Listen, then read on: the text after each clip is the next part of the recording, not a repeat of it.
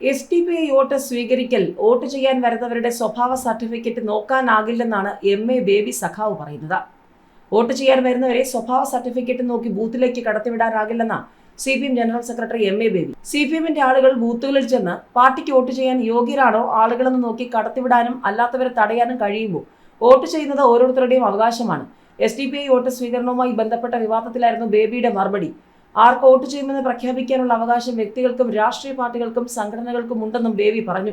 ഇതിനിടെ തെരഞ്ഞെടുപ്പ് പ്രചാരണത്തിനിറങ്ങിയ രമേശ് പിഷാരടി കൂടെ പ്രവർത്തിക്കാൻ നേതാക്കളില്ലാതെ ചുറ്റിത്തിരിയുന്ന വീഡിയോ വൈറലാവുകയാണ് സോഷ്യൽ മീഡിയയിൽ. ആകെ ആത്മവിശ്വാസം നഷ്ടമായ രമേശ് പിഷാരടിയെയാണ് വീഡിയോയിൽ കാണാനാകുന്നതെന്ന പരിഹാസവുമായി എതിരാളികൾ രംഗത്തുണ്ട്. അതല്ല, പിഷാരടിക്കൊപ്പം പ്രവർത്തിക്കാൻ നേതാക്കൾ ഉണ്ട് എന്നാണ് കോൺഗ്രസിന്റെ അവകാശവാദം.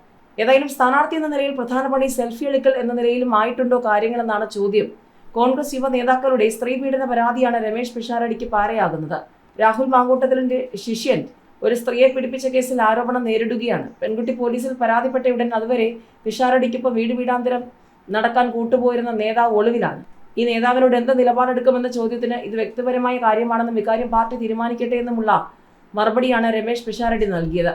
മാത്രമല്ല, പ്രക്ഷോഭനെതിരെ കേന്ദ്ര വനിതാ കമ്മീഷനിൽ ശോഭാ സുരേന്ദ്രൻ പരാതി നൽകിയതിനെ തുടർന്ന് DGPയുടെ വിശദീകരണം തേടിയിരിക്കുകയാണ് കേന്ദ്ര വനിതാ കമ്മീഷൻ.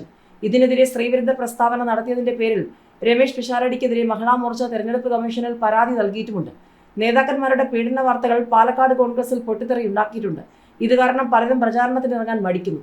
പ്രചാരണം എങ്ങനെയെങ്കിലും അവസാനിപ്പിച്ചിട്ട് വീട്ടിൽ പോയാൽ മതിയെന്ന് പറഞ്ഞതായി ചില നേതാക്കന്മാരും അണികളുമൊക്കെ രഹസ്യമായി പറഞ്ഞു എന്നുള്ളതാണ് ചർച്ചകൾ. ഇതിനിടയിൽ 2019 MB രാജേഷിന് ജയം പ്രവചിച്ച മാതൃഭൂമി, അന്ന് രാജേഷ് പൊട്ടി, ഇന്ന് പിഷാരടി ജയിക്കുമെന്ന് മാതൃഭൂമി പറയുമ്പോൾ ചിരിക്കുകയാണോ പാലക്കാടത്തെ ജനമെന്നും സോഷ്യൽ മീഡിയയിൽ ചർച്ചകളുണ്ട്.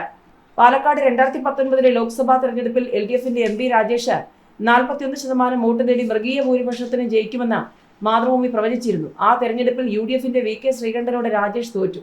അന്ന് ഏകദേശം 10,000 വോട്ടുകളുടെ ഭൂരിപക്ഷത്തിലാണ് VK ശ്രീകണ്ഠൻ രാജേഷിനെ വളർത്തിയടിച്ചത്.